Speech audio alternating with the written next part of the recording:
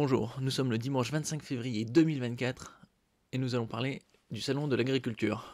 Après Emmanuel Macron au salon le samedi, c'est Jordan Bardella au salon le dimanche. Deux ambiances bien différentes.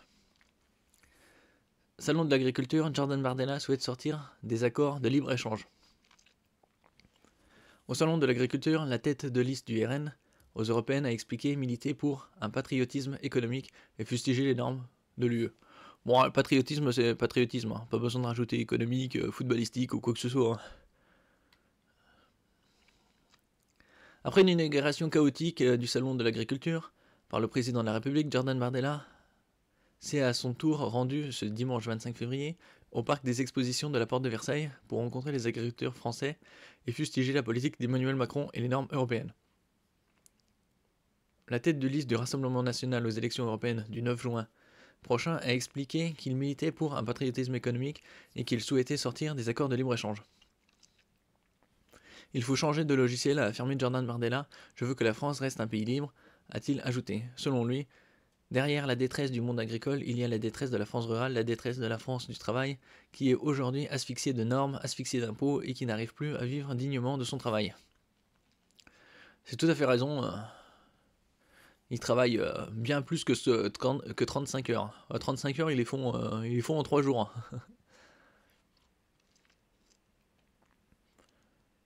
Emmanuel Macron atteint d'une dérive paranoïaque. Le député européen est aussi revenu sur les accusations d'Emmanuel Macron, atteint d'après lui d'une schizophrénie très inquiétante, d'une forme de complotisme et d'une dérive paranoïaque. Nos militants n'ont absolument rien empêché et les agriculteurs qui s'expriment depuis plusieurs semaines dans les rues du pays ne sont pas des militants du Rassemblement national. N'en déplaise au chef de l'État, a insisté Jordan Bardella. Interrogé sur la possible volonté de son parti de sortir de l'UE, Jordan Bardella a répondu « On veut en tout cas en changer les règles. L'Union européenne, on peut la pousser aussi de l'intérieur. » Oui, ça c'est une possibilité, mais ça reste un peu utopiste. Il y a tellement de lobbies. L'Union européenne est tellement infiltrée par les lobbies américains et certains pays sont plus centrés sur eux-mêmes que sur une volonté de coopération internationale au niveau de l'Europe. Bon, alors quelques commentaires par-ci par-là.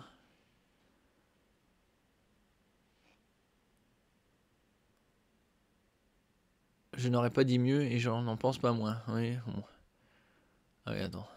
Faut chercher en plus. Ouais. Jordan Bardella, c'est une piste pour l'avenir très sérieuse. Oui, il doit avoir dans les 27 ans, donc très peu probable qu'il se présente au présidentiel de 2027. Même 2032. Hein. 2032, ça fera 8, il aura 35 ans, ouais. À la limite. Hein. Que ce grand bavard ignorant apprenne d'abord ce qu'est le libre-échange et à quelle catastrophe mène le protectionnisme. Oui, enfin, un protectionnisme, ça marche pas mal hein, pour les Américains.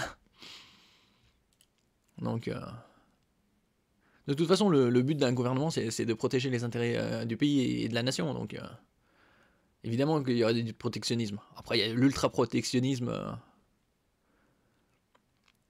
Tout dans la démagogie, comme s'il faisait sacrifier l'ensemble de l'économie pour l'agriculteur, il est plus simple de protéger et d'aider l'agriculture française et de rester dans le libre-échange.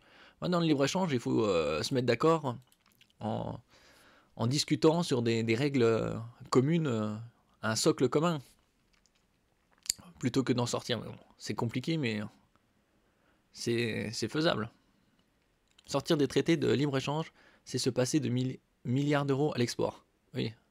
Sans l'Europe et la PAC, il n'y aurait plus d'agriculture en France. Les agriculteurs français bénéficient de 9,5 milliards d'aides de la PAC, c'est souvent le seul revenu pour des centaines de milliers d'exploitants. Le RN veut condamner l'agriculture française en la cantonnant à l'Hexagone. Oui, ouais. Après, la PAC, politique agricole commune, est financée par chaque membre de l'État. Donc il faudrait avoir les chiffres de combien on injecte et combien on reçoit.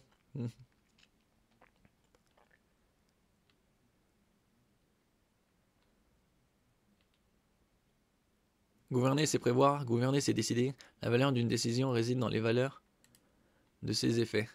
Il appartient donc à ceux qui se veulent futurs décideurs de prévoir les conséquences de leurs choix, de leurs futures décisions. Quelles sont ou seraient les conséquences pour la France de sortir des accords dont elle profite? Le FNRN doit peut-être penser avant de se décider. Oui, il y a des intérêts comme il y a des inconvénients, mais quand il y a les trucs les accords avec la CETA, c'est-à-dire le Canada, eux, ils protègent bien leurs intérêts. Donc, faut juste défendre ses intérêts et pas plier à la moindre difficulté. Qu'il a expliqué cela, par exemple, à ces secteurs d'activité qui voient leur part d'exportation vers le Canada depuis l'accord CETA. Il n'y a pas que l'export agroalimentaire qui est en hausse, cela touche aussi la mécanique, la chimie et bien sûr aussi les cosmétiques. Comme d'habitude, le RN propose des réponses simplistes à des sujets beaucoup plus complexes. Il serait intéressant de voir Jordan Bardella se prêter à un débat avec les agriculteurs du type de celui auquel Macron s'est prêté hier. Oui, enfin, la différence entre Macron et Bardella, c'est une quinzaine d'années, quoi. Donc, même malgré son jeune âge relatif, il a encore pas mal de trucs à apprendre.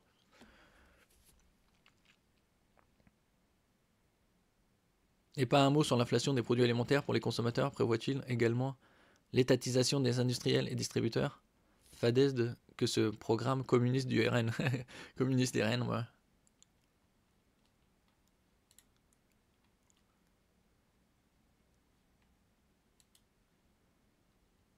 Hmm.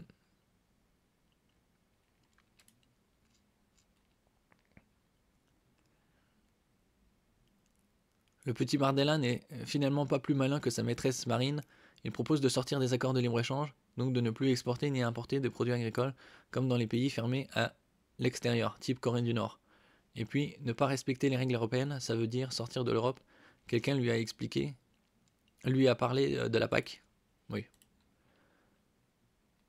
Bon, il y a des règles qu'il faut revoir, quoi. C'est... Le problème, c'est une mauvaise cohésion des États européens. C'est l'Europe, à part les frontières ouvertes, le libre-échange économique, comme si l'économie c'était absolument tout. Bon, il y a d'autres valeurs. Mais on rêve, c'est vraiment ça l'alternative. Voilà où mène 43 ans d'incurie socialisante ou assimilée et de dirigeants issus essentiellement de la fonction publique et qui ne font pas la différence entre administrer et gouverner.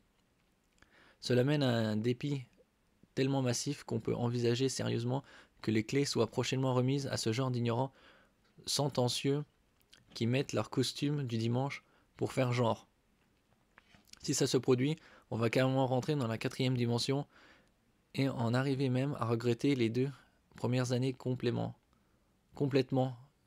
foutraque de Mitterrand. Eh oui.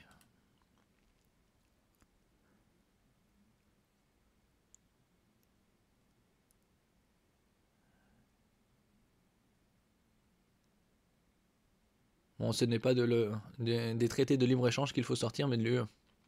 Ouais, le problème, c'est avec le libre-échange, il ne faut pas que ce soit non plus chaotique, il y a des règles.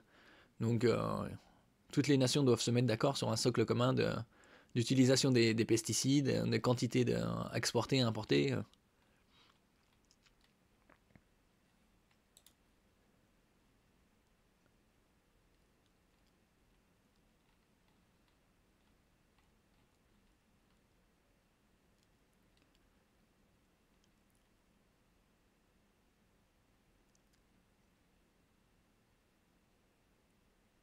Je pense que le président de la République est dans une dérive schizophrénique assez inquiétante et dangereuse au regard de sa fonction.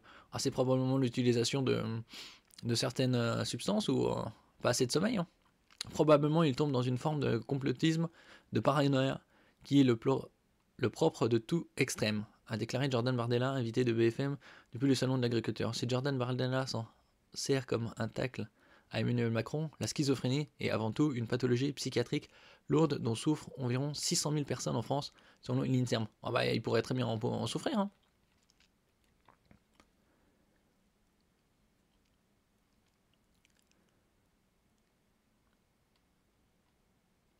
Bon, Bardella dément tout lien particulier avec la coordination rurale.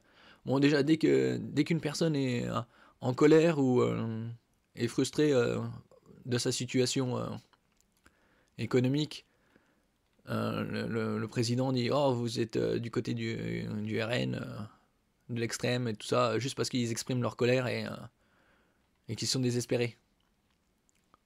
Mais bon, peut-être ils ont une sympathie, une partie de ces gens ont une sympathie pour le RN parce que les, des gens comme Emmanuel Macron et consorts n'écoutent pas. Bon, ils les entendent, mais ils les écoutent pas. Et surtout, ils ne répondent pas aux attentes euh, de, de leurs concitoyens.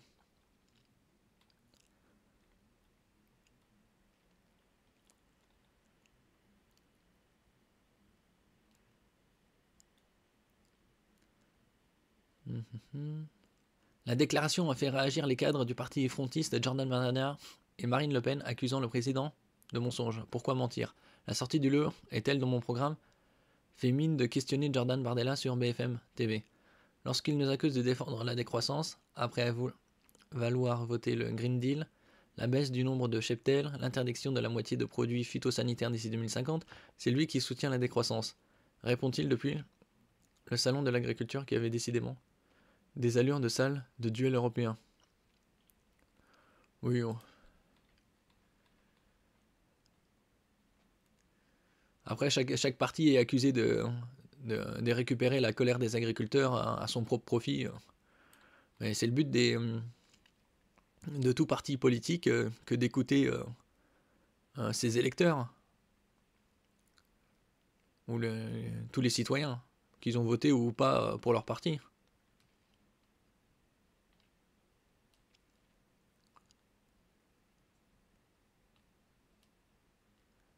Deux ambiances hier au salon. Tandis que le chef de l'État visait à un pavillon fermé aux visiteurs et sous bonne escorte policière, le reste du salon a fini par ouvrir aux visiteurs. Un haut-parleur invitait à intervalles réguliers les visiteurs à suivre des échanges du président de la République avec les syndicats sur les écrans géants du salon. Il n'y en avait que pour lui en vrai. Ouais, il est resté combien là? 13 heures. Il était là de 8 heures du matin environ jusqu'à 21 heures du soir. Mais l'annonce fut peu suivie, a constaté notre envoyé spécial, Maxime Dubernay du Bosc. Les visiteurs ne sont pas là pour écouter Emmanuel Macron, mais plutôt pour faire plaisir à leur papille. Oui, discuter et visiter, hein. C'est pas un salon Macron. Jordan Bardella est arrivé au salon de l'agriculture à 10h. Le Rassemblement national a été ciblé à plusieurs reprises hier par Emmanuel Macron. Devant la presse, le président de la République a accusé le parti de Marine Le Pen et Jordan Bardella de porter un projet d'appauvrissement du pays. Ouais, enfin, ils peuvent porter un projet d'appauvrissement du pays. Celui qui appauvrit le pays, c'est bien Manu, hein? C'est bien Macron. Avec le quoi qu'il en coûte, des centaines de milliards dépensés par-ci par-là, pour finalement le premier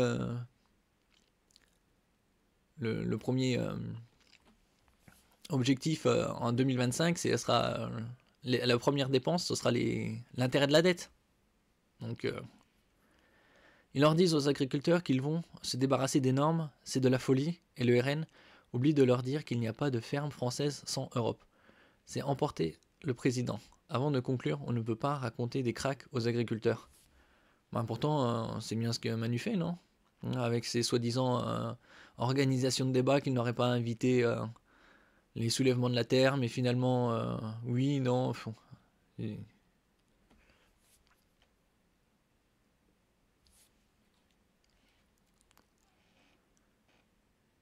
Pour Jordan Bardella, le président de la République ne se rend plus compte des souffrances que génère sa politique. Oh bah, il vit dans une autre sphère.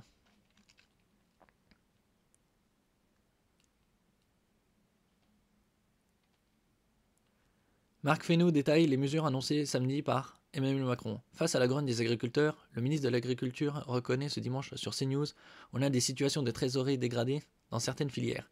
Si Emmanuel Macron a annoncé samedi un plan de trésorerie d'urgence, ça aussi, normalement, ça n'a pas besoin d'avoir un plan de trésorerie d'urgence, puisque l'agriculture, selon eux, c'est l'un des secteurs les plus importants. Mais en réalité, c'est le secteur le plus important, puisque sans nourriture, l'esprit fonctionne mal. Marc Fesneau détaille qu'une Une réunion macroéconomique se tiendra demain au ministère de l'économie et des finances. Concrètement, les ministres vont étudier les possibilités avec les banques, moratoire ou échelonnement des remboursements. Il faut qu'on regarde quelle forme ça va prendre. Ça, c'est aussi, on croit, un discours d'amateur. Genre, c'est la première fois qu'ils se rendent compte quelles sont les priorités au sein de la nation. Sur le prix plancher européen, le ministre de l'Agriculture souhaite travailler sur quelque chose dans nos frontières et faire monter ça au niveau européen. Ce prix plancher doit être basé sur les coûts de production des producteurs selon Marc Fesneau. Ce n'est pas parce que le combat est difficile qu'il ne faut pas le mener, conclut le ministre. Tout ça, on résume leurs paroles et tout ça. C'est du vent, hein. C'est des mots en l'air. C'est des pièces de théâtre. Marc Fesneau fait volte-face sur les prix planchers et qualifie de système soviétique la proposition de LFI. Il y a un mois, le ministre de l'Agriculture qualifiait de proposition démagogique l'instauration d'un prix plancher déjà proposé à l'Assemblée nationale par la France insoumise. Ah oui, c'est Manu et sa clique veulent désmicariser la France. Alors dans le sens, certaines personnes vont penser désmicariser, ça veut dire que oui, il n'y aura plus de SMIC, donc ce sera vers le haut. Non, il ne faut jamais penser comme ça. Hein. Quand ils disent désmicariser, ça veut dire qu'il n'y aura plus de salaire minimum. Donc vous serez payé 3, 4, 5 euros, voire même 1 euro de l'heure. Non, il ne faut pas se voiler la face. Hein. Quand ils annoncent quelque chose, c'est même si ça semble positif pour la nation, non, ça ne l'est pas. Parce qu'eux, ils travaillent pour l'intérêt suprême du fric lui-même. Alors que le fric, ça ne vaut rien en soi.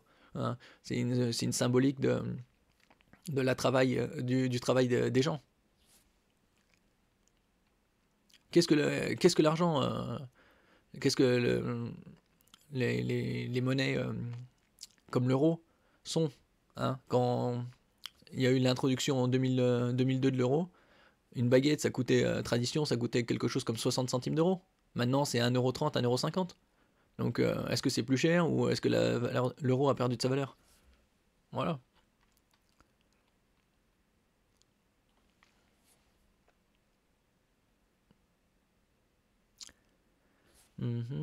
Alors, il y a un mois, le ministre de l'Agriculture qualifiait de proposition démagogique l'instauration d'un prix plancher déjà proposé à l'Assemblée nationale par la France insoumise. Mais avec l'annonce d'Emmanuel Macron samedi sur son souhait de travailler sur des prix planchers, Marc Fesneau se défend.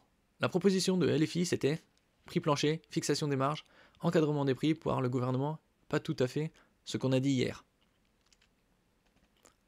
LFI proposait, si j'ai bonne mémoire, le fait qu'au début de l'année, le gouvernement décide d'un prix fixe. Par exemple, le prix du lait, c'est 1,20 € du litre pour les consommateurs. Ça, c'est un truc de système soviétique et je persiste à dire que c'est un modèle soviétique. Vous faites ça en 2022, au début de l'année, vous n'avez pas la guerre en Ukraine. Vous dites le prix c'était 1,20 € et puis on ne tient pas compte des questions inflationnistes. Pointe le ministre. Oui, enfin, l'inflation, c'est parce qu'il y a eu des milliards à imprimer aussi, à injecter dans le système. Donc, il faut que tout cet argent imprimé se répercute quelque part.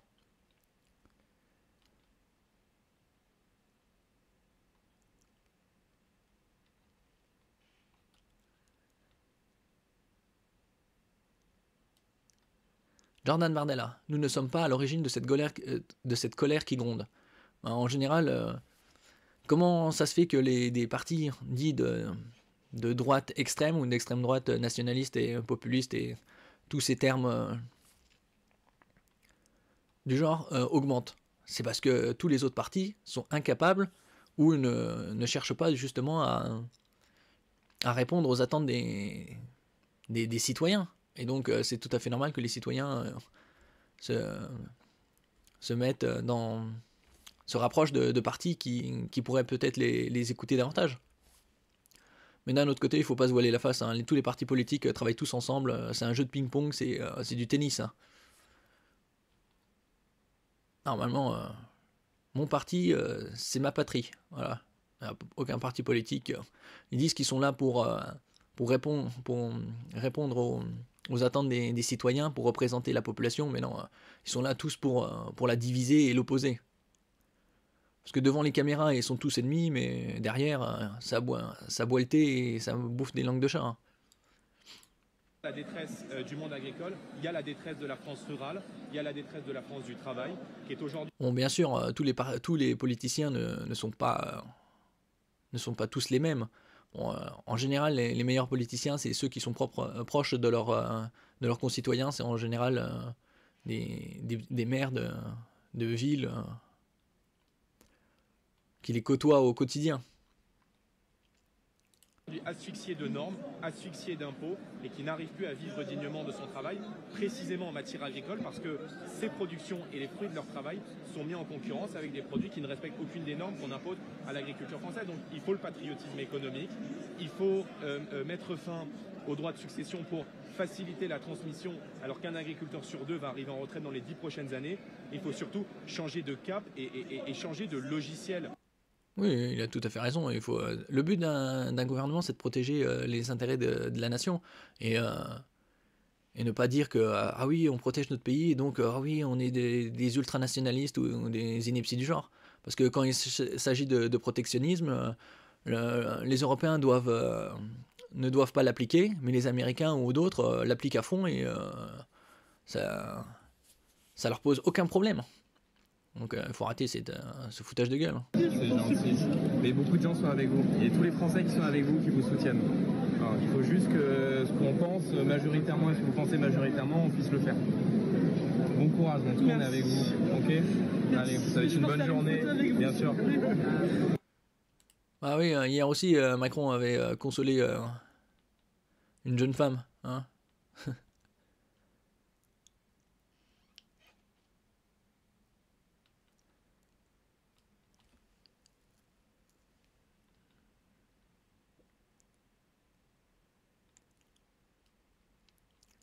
Des éleveurs auraient préféré qu'Emmanuel Macron abrège sa visite au salon. L'absence de visiteurs samedi a privé les exposants du hall visité par Emmanuel Macron de rentrée d'argent, alors que certains agriculteurs payent 266 € le mètre carré pour leur stand. Ah oui, c'est une sacrée somme, surtout que certains ne gagnent pas beaucoup. Nous n'avons pas vu un chat jusqu'à 15 heures. Cela représente un manque à gagner des 3/4 du chiffre d'affaires d'une journée, estime Olivier Montabura, coupeur officiel au couteau du port noir de Bigorre. On ne va pas être remboursé, c'est pour notre poche. Complète Nicolas Couderc, responsable du stand de vente et dégustation dont la surface est de 200 mètres carrés environ. Donc, oui, 200 mètres carrés, alors x 266, ça fait pas loin de 53 200 €.